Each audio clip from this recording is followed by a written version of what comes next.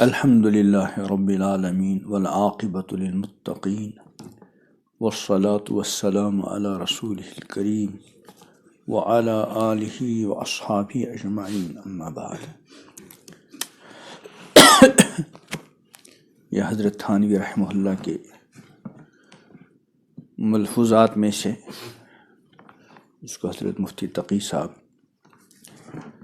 وضاحت کے ساتھ ارشاد فرما رہے ہیں۔ اس مجلس کا عنوان ہے دوسروں کو حقیر سمجھنا اور اس کا علاج۔ یہ بہت بڑی بیماری ہے، اس کو تکبر کہتے ہیں، اور اتنی بڑی بیماری ہے کہ حضور اکرم صلی اللہ علیہ وسلم نے ارشاد فرمایا، جس کے دل میں رائی کے دانے کے برابر کبر ہوگا وہ جنت میں نہیں جائے گا۔ اتنی بڑی بیماری ہے، اور آدمی اس بیماری میں مبتلا ہوتا ہے، اس کو احساس بھی نہیں ہوتا۔ دوسرے کے اندر ذرا سی خامی کوتاہی نظر آئی، اب وہ حقیقت ہے بھی کہ نہیں، لیکن یہ سمجھتا ہے کہ اس میں فلاں خرابی ہے، فلاں خامی ہے، بس اس کو حقیر سمجھنے لگا اور اپنے آپ کو بڑا سمجھتا ہے۔ یہ بہت بڑی خرابی ہے۔ اگر اس کے اندر کوئی ایک خامی ہے تو پتہ نہیں کتنی خوبیاں ہوں گی۔ مجھے اگر اپنی کوئی ایک خوبی نظر آ رہی ہے، پتہ نہیں خامیاں کتنی ہوں گی۔ پھر جس کو میں خوبی سمجھتا ہوں، پتہ نہیں اللہ کی قبول بھی نہیں ہے کہ نہیں۔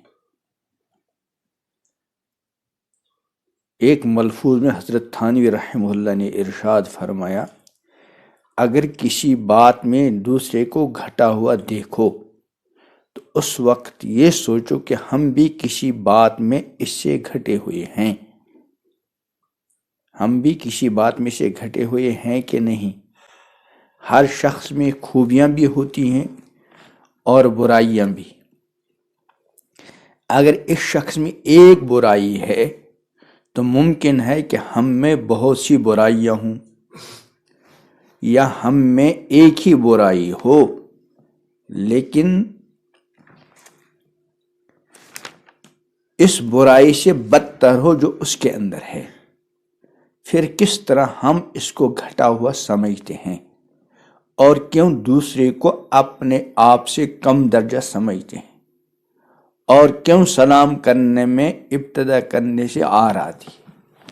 جس کو ہم اپنے سے اچھا سمجھتے ہیں تو کوشش کرتے ہیں کہ اس کو سلام کرنے کا موقع نہ دیں، ادھر ہی سے سلام کریں۔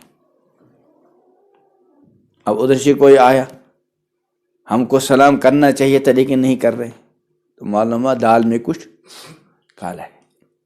حالانکہ حدیث میں ہے، علی من عرفت ومن لم تعرف، کہ ہر کسی کو سلام کرو چاہے اس کو جانتے ہوں یا نہ جانتے ہوں۔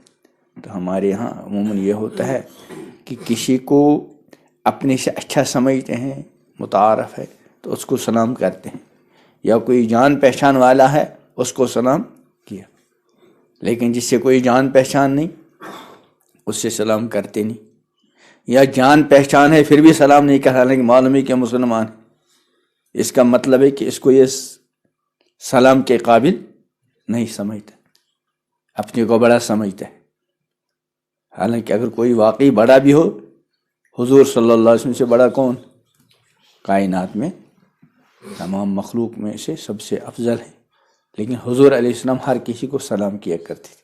اللہ تعالی ہم کو بھی دولت نصیب کرے، اسی کو کہتے ہیں۔ اور کیوں دوسرے کو اپنے سے کم درجہ سمجھتے ہیں، اور کیوں سلام میں ابتدا کرنے سے آر آتی ہے۔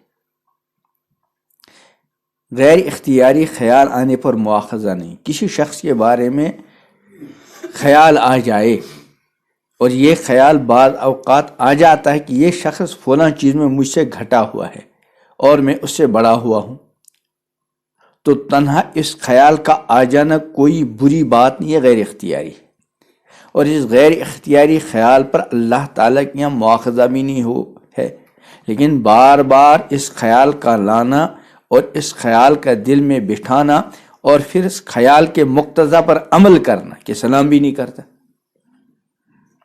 بات بھی نہیں کرتا، تو یہ سب تکبر میں داخل ہے، لہذا اس کا علاج بھی ضروری ہے۔ مثلا چند طلبہ ایک جماعت میں پڑھتے ہیں، ایک طالب علم بڑا ذہین ہے اور زیرک ہے، اچھے استعداد کا مالک ہے اور ہر امتحان میں اول نمبر پر آتا ہے۔ دوسرا طالب علم کند ذہن ہے، پڑھائی میں بھی کمزور ہے۔ اب جو طالب علم پڑھائی میں تیز ہے، ذہین ہے، زیرک ہے، اس کے دل میں یہ خیال آئے گا کہ اس کے مقابلے میں اچھے استعداد والا ہوں، لیکن ساتھ ہی وہ یہ بھی سوچے کہ اگرچہ ایک وصف یہ مجھ سے گھٹا ہوا ہے کہ میں تو پہلی پوزیشن لاتا ہوں اور یہ بڑی مشکل سے پاس بھی ہوتا ہے، تو اگرچہ اس ایک وصف میں ہی یہ وہ مجھ سے گھٹا ہوا ہے اور میں اس سے بڑا ہوا ہوں، لیکن نہ جانے اس کے اندر کتنے اوصاف ایسے ہوں جن میں یہ مجھ سے فائق ہو، اور یہ معلوم نہیں کہ اللہ تعالیٰ کی یہاں اس کا کون سا وصف زیادہ مقبول ہو جائے اور میں اس شخص سے پیچھے رہ جاؤں۔ اور یہ بھی ہو سکتا ہے کہ میرے اندر بہت سی خرابیاں ہوں اور ان کے بارے میں مجھے پتہ بھی نہ ہو، یا میرے اندر ایک خرابی ہو لیکن وہ خرابی اس طالب علم کی استعداد کی کمزوری کے مقابلے میں زیادہ سنگین ہو۔ دیکھیے، اگر ایک طالب علم پڑھائی میں کمزور ہے لیکن نیک ہے اور اپنے فرائض واجبات کو ٹھیک بجا لاتا ہے، گناہوں سے بچتا ہے، اور ایک طالب علم بڑا ذہین، بڑا زیرک اور بڑا صاحب استعداد ہے اور ہر امتحان میں اول آتا ہے لیکن گناہوں کے اندر مبتلا ہے یا وہ نمازوں میں کوتاہی کرتا ہے، ایسے طالب علم کے جو اچھے اوصاف ہیں وہ اکارت اور بیکار ہیں، اس لیے کہ جب عمل صحیح نہیں تو علمی استعداد موجود ہونے سے کیا حاصل۔ اگرچہ یہ طالب علم علمی استعداد کے وصف میں دوسروں سے بڑھا ہوا ہے، لیکن اس کے اندر ایسی خرابی ہے جس نے اس کے اچھے اوصاف پر پانی پھیر دیا۔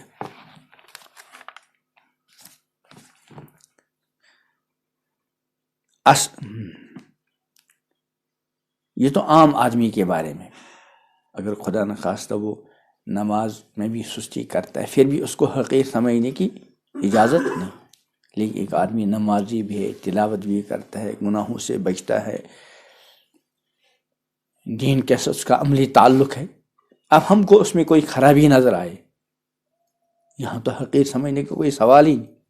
اگر ہم کو کوئی ایسا نظر، اس میں کوئی خوبی بھی نہیں، وہ نماز بھی ہماری طرح نہیں پڑھتا، وہ تلاوت بھی نہیں کرتا، اس کے اندر اتنا تقویٰ بھی نہیں، پھر بھی اس کو حقیر سمجھنے کا حق نہیں۔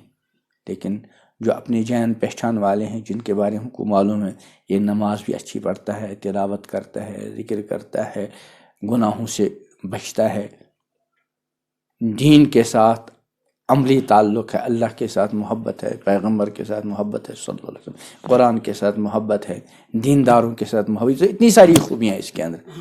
اب اگر مجھے اس کے اندر کوئی خامی نظر آتی ہے تو میں اس کو حقیر سمجھوں اور سلام کے قابل نہ سمجھوں، تو بہت زیادہ خطرناک بات ہے۔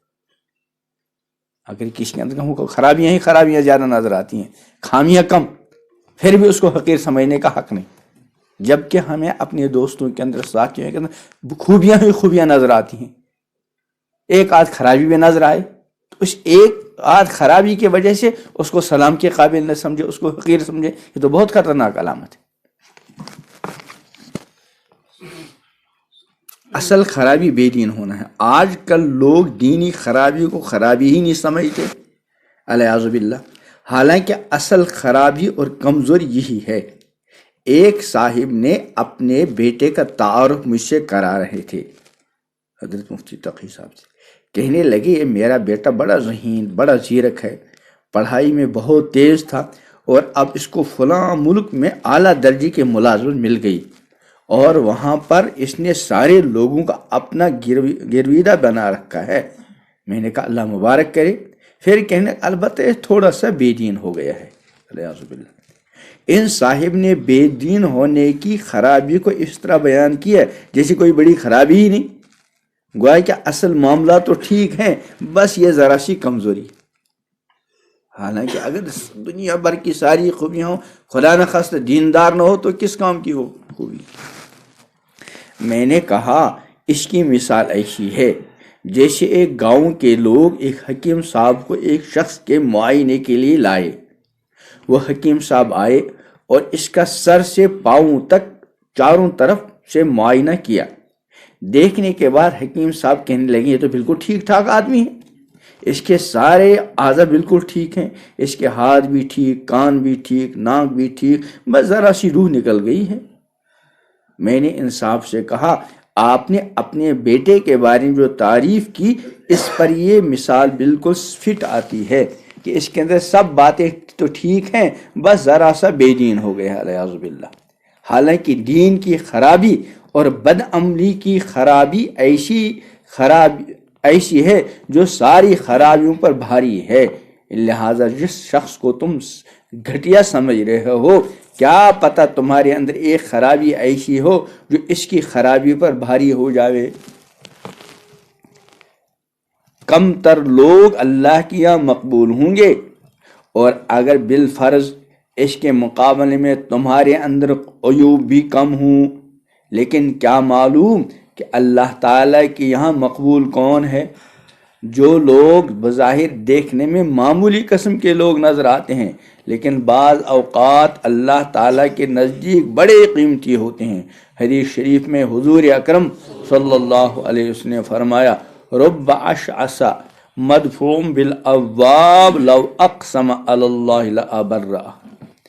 یعنی ایسا شخص جس کے بال پراگندہ اور ایسا ہے کہ وہ لوگوں کے دروازوں پر جائے تو لوگ دھکے دے کر نکال دیں، کیونکہ ظاہری اس کے پاس ٹیپ ٹاپ نہیں، بال بھی بکھرے ہوئے، کپڑے بھی پرانے پھٹے، کہ اگر وہ لوگوں کے دروازے پر جائے. اب اگر کوئی گاڑی میں ہمارے یہاں آ گیا تو آدمی سمجھتا ہے کہ کوئی، اب ایک بیچارہ آ گیا پیدل آ گیا اور پرانے پھٹے کپڑوں میں، تو اس کو بعض مرتبہ گیٹ کھولنے، وہ جو گاڑی والا آیا اس نے کہا بھی نہیں، ہم نے پہلے ہی گیٹ کھول دیا.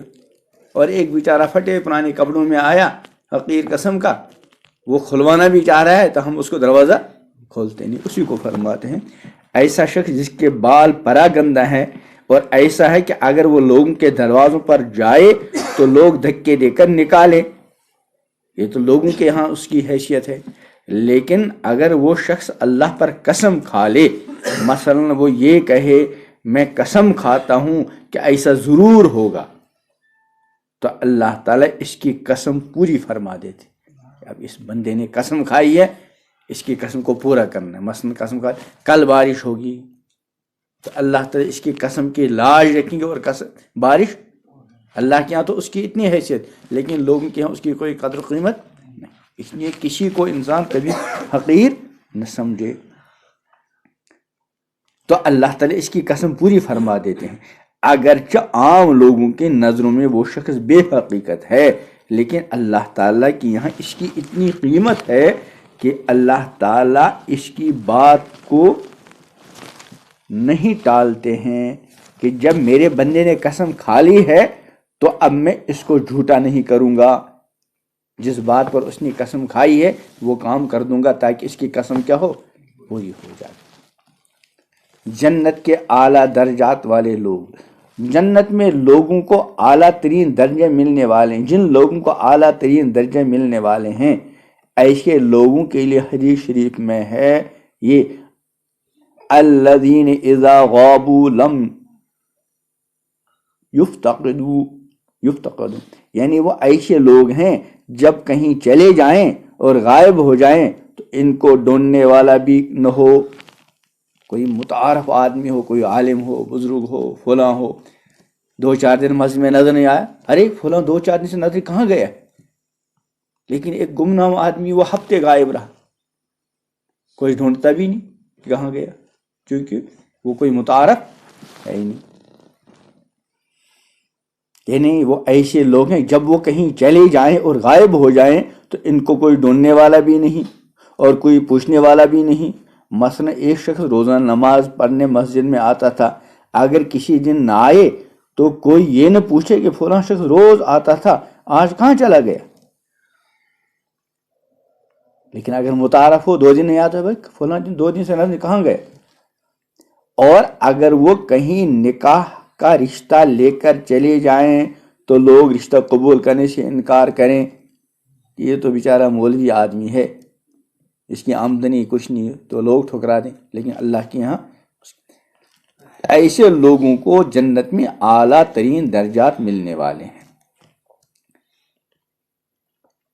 کسی کے ظاہر پر مت جاؤ، لہٰذا کسی شخص کے ظاہر پر مت جاؤ کہ ظاہری اعتبار سے یہ شخص کیسا ہے. کچھ معلوم نہیں کہ اللہ تعالیٰ کی اس کی کیا قدر و قیمت ہو. اس نے فرمایا کسی انسان کو حقیر مت سمجھو، اور یاد رکھو کسی مسلمان پر حقارت کی نظر ڈالنا گناہ کبیرہ اور حرام ہے. اور یہ ایسا ہی حرام ہے جیسے شراب پینا اور بدکاری کرنا حرام ہے. اللہ بچائے. اس لیے اگر کبھی اپنے کسی کمال کا خیال آ جائے اور دوسروں کے کسی نقص کا خیال آئے تو فوراً اس کا علاج اس طرح کرو کہ یہ سوچو کیا معلوم اس کے اندر اور کوئی خوبیاں ہوں جو مجھے معلوم نہیں، کیا معلوم کہ میرے اندر ایسی برائیاں ہوں جو اس کی برائی سے زیادہ سنگین ہوں، کیا معلوم اللہ تعالیٰ کے یہاں یہ شخص کتنا مقبول ہے. اور جو لوگ بظاہر دیکھنے میں بڑے باعزت اور باوقت نظر آتے ہیں لیکن اللہ کی یہاں ایک پرکہ کے برابر بھی ان کی وقت نہیں ہوتی. اللہ تعالی ہم سب کو اس کا مصداق بننے سے محفوظ رکھے. حدیث میں آتا ہے ان ابغضکم الی وابعدکم منی مجلسا یوم القیامت الثرثارون والمتشدقون والمتفیہقون. یعنی وہ لوگ جن سے مجھے نفرت ہے، حضور فرما رہے ہیں وہ لوگ جن سے مجھے نفرت ہے اور جو قیامت کے دن مجھ سے دور ہوں گے، یہ وہ لوگ ہیں جو زیادہ بولنے والے ہیں اور باچھیں چیر کر بات کرنے والے ہیں، تکبر کرنے والے ہیں. یعنی جو مجلسیں گرم کرنے والے اور بڑے فصیح اور بلیغ مشہور ہیں، شعلہ بیان اور آتش نوا مشہور ہیں، لوگ ان کے ارد گرد جمع ہوتے ہیں. اللہ تعالیٰ حفاظت کرے. اور وہ لوگ باچھیں چیر چیر کر لوگوں سے باتیں کر رہے ہیں، اور وہ لوگ جو لوگوں سے اپنی فصاحت و بلاغت کا لوہا منوائے ہوئے ہیں، اور فصاحت و بلاغت اور حسن کلام کی وجہ سے لوگوں میں مقبولیت ہے.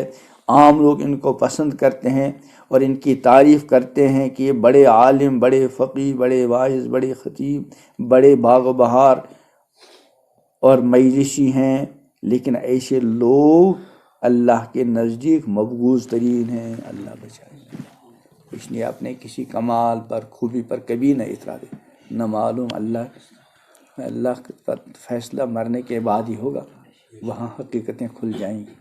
کتنے لوگ جن کی دنیا میں کوئی حیثیت نہیں، اللہ کے بڑے باحثیت، اور کتنے ایسے لوگ ہو کہ لوگ پتہ نہیں ان کو کیا کیا سمجھتے ہوں، لیکن اللہ کے پتہ نہیں کیا حال. اللہ ہم سب کی پردہ پوشی کرے. اللہ دنیا اور آخرت کی رسوائی سے بچائے. اللہ تعالیٰ دوسروں کی خوبیوں اور اپنی خامیوں کو دیکھنے کی توفیق عطا فرمائے. اپنی خامیوں کو دور کرنا اور دوسروں کی خوبیوں کو اپنانے کی توفیق عطا فرمائے. اللہ تعالیٰ تکبر سے اپنی حفاظت کو کرنا جائے. کتنا بچ گیا بھائی نماز؟ 14 منٹ کا.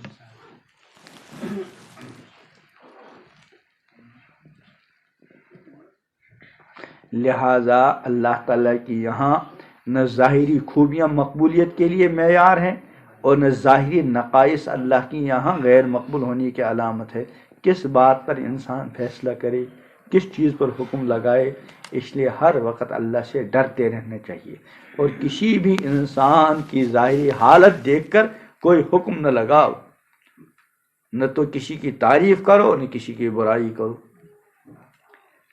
کافر کو بھی حقیر مت سمجھو، انسان ابتدا میں جب دین پر چلنا شروع کرتا ہے تو اس وقت اس کے اندر جوش و خروش ہوتا ہے اور اس کے نتیجے میں ساری مخلوق پر لعنت و ملامت شروع کر دیتا ہے.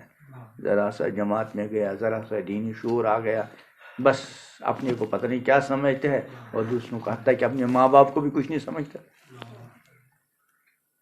اس کے نتیجے میں ساری مخلوق پر لعنت ملامت کر شروع کر دیتا ہے. ساری مخلوق یہ سمجھتی کہ سب جہنمی ہیں، بس میں ہی جنتی ہوں. یہ بڑی خطرناک بات ہے. ارے مسلمان تو مسلمان، کسی کافر کو بھی قطعی جہنمی مت کہو. کیا معلوم اس کو اسلام کی اللہ تعالیٰ توفیق دے دے اور ایک لمحے میں اس کا بیڑا پار ہو جائے. حکیم الامت حضرت مولانا اشرف علی تھانوی رحمہ اللہ نے ایک اور باریک بات ارشاد فرمائی جو سمجھنے کی ہے. فرمایا اگر کسی شخص کے ظاہری اقوال سے ایسی باتیں صادر ہو رہی ہوں جو کفر کی حد تک پہنچ رہی ہیں تو مفتی کا کام یہ ہے کہ اس کے اوپر فتویٰ دے کہ یہ کفر کی باتیں ہیں اور دنیا میں اس کے ساتھ کافروں جیسا معاملہ کیا جائے، بشرطے کہ مفتی نے پوری احتیاط سے کام لیا ہو. اور احتیاط یہ کہ اگر کسی کے کلام میں 99 احتمال کافر ہونے کی اور ایک احتمال مسلمان ہونے کا ہو تب بھی کافر ہونے کا فتویٰ نہیں دیتا. یعنی کسی نے کوئی بات کہی، اس کے 100 مطلب نکلتے ہیں، 100 میں سے 99 مطلب ایسے ہیں کہ ان میں سے کوئی بھی نکالو تو اس کو کافر کہنا پڑے گا. لیکن ایک مطلب ایسا نکلتا ہے کہ اگر ہم نے وہ والا مطلب نکالا تو اس کو کیا مانیں گے؟ مسلمان. تو کہیں وہی والا مطلب نکالو. لیکن اگر کوئی احتمال ہے ہی نہیں تو اس کے بارے میں کفر کا فتویٰ دیے جانے کے باوجود یہ مت کہو کہ اس کی وجہ سے وہ مخلد فی النار، ہمیشہ جہنم میں جائے گا. اس نے بے شک ظاہری اعتبار سے اس کی بات کفر کی تھی، لیکن کیا معلوم کہ باطنی طور پر اس کے قول کی ایسی تعویل ہو جو اس کو اللہ کے یہاں کفر سے بری کر دے. اس کی مثال حضرت تھانوی رحمہ اللہ نے صحیح بخاری شریف کی ایک حدیث پیش کی جس میں پچھلی امتوں کے ایک شخص کا واقعہ مذکور ہے کہ پچھلی امتوں میں ایک شخص تھا، جب اس کے انتقال کا وقت قریب آیا تو اس نے وصیت کی کہ جب میں مر جاؤں تو میری لاش کو آگ میں جلا دینا اور لاش جلانے کے بعد جب راکھ ہو جائے تو جس دن بہت تیز ہوا چلے اس دن اس راکھ کو اڑا دینا.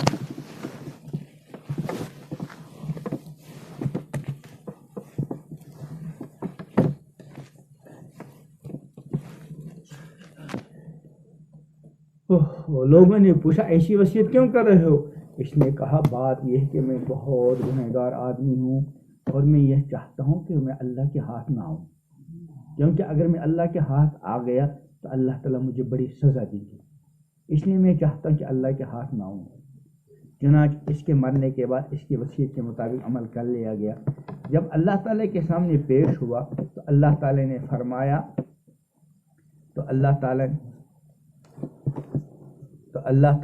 فرمایا کہ یہ شخص اولاً ہمارے وجود پر ایمان لایا، دوسرے یعنی جب یہ تو کہ اگر اللہ کے ہاتھ لگ گیا تو مجھے چھوڑیں گے نہیں. اس کا مطلب کیا ہے کہ اللہ کے وجود کو مانتا ہے. اس نے اولاً میرے وجود پر ایمان لایا، دوسرے یہ کہ یہ شخص ہم سے ڈر بھی گیا اور ایسا ڈرا کہ اس نے لوگوں سے کہا کہ اگر میں اللہ کے پاس پہنچ گیا تو وہ مجھے سخت سزا دیں گے. اس کی ان باتوں کی وجہ سے ہم اس کی مغفرت کرتے ہیں. حالانکہ ظاہری اعتبار سے وہ کیا تھا؟ کفر کی بات تھی کہ اگر میں اللہ کے ہاتھ لگ گیا تو اللہ مجھے، اس نے ایسی تدبیر کروں کہ میں اللہ کے ہاتھ لگوں گی، یہ تو ظاہر بات ہے. لیکن اللہ تعالیٰ کو وہ والی اس کی اندر کی پسند آئی. اب ظاہر ہے تو اس کی یہ وصیت کفر کی حد تک پہنچی، اس لیے کہ اس نے کہا تھا کہ میں وصیت اس لیے کر رہا ہوں تاکہ اللہ کے ہاتھ نہ آؤں، جس کا مطلب یہ ہے کہ وہ شخص اللہ کی قدرت کا انکار کر رہا ہے. اگر ہوا میں میرے جسم کی راکھ اڑا دی تو پھر اللہ تعالیٰ مجھے جمع نہیں کر سکیں گے، یہ کھلا کفر ہے. لیکن چونکہ اس وصیت کا منشا اللہ تعالیٰ کا ڈر اور خوف تھا، اس لیے اللہ تعالیٰ نے اس کی مغفرت فرما دی. اس لیے حضرت تھانوی فرماتے ہیں کہ جس شخص سے ظاہراً کفر کا کلمہ بھی صادر ہو گیا اس کے اوپر فتویٰ بھی کفر کا ہوگا، اس لیے کہ مفتی کا کام یہی ہے کہ اس کے اوپر کفر کا حکم لگائے، لیکن اس کے بارے میں یہ نہ کہے کہ یہ ہمیشہ جہنم میں جائے گا، کیا پتہ اس کے دل میں۔ دیکھیے منصور حلاج جس نے ان الحق کہنے کا مشہور واقعہ ہے، یہ حضرت جنید بغدادی کے شاگرد بلکہ شاید ان کے خلیفہ بھی تھے، لیکن جب ان سے ان الحق کا کلمہ صادر ہوا جو ظاہراً کفر کا کلمہ تھا تو علماء دین نے ان کے اوپر فتویٰ دیا کفر کا، حالانکہ اندرونی طور پر وہ ہرگز کافر نہیں تھے، ان پر تو کفر کی چھائیاں بھی نہیں پڑتی تھی، بلکہ غالب حال میں ان سے ایسا کلام صادر ہوا تھا، اس کی تعویلیں موجود تھیں، لیکن چونکہ فتنہ پھیر رہا تھا اس لیے علماء کرام نے اس پر کفر کا فتویٰ دیا۔ لیکن جب پھانسی دینے کا وقت آیا تو بڑی مخلوق ان کی پھانسی دینے کے نظارہ کرنے کے لیے آئی تھی، ان میں حضرت جنید بغدادی بھی تھے۔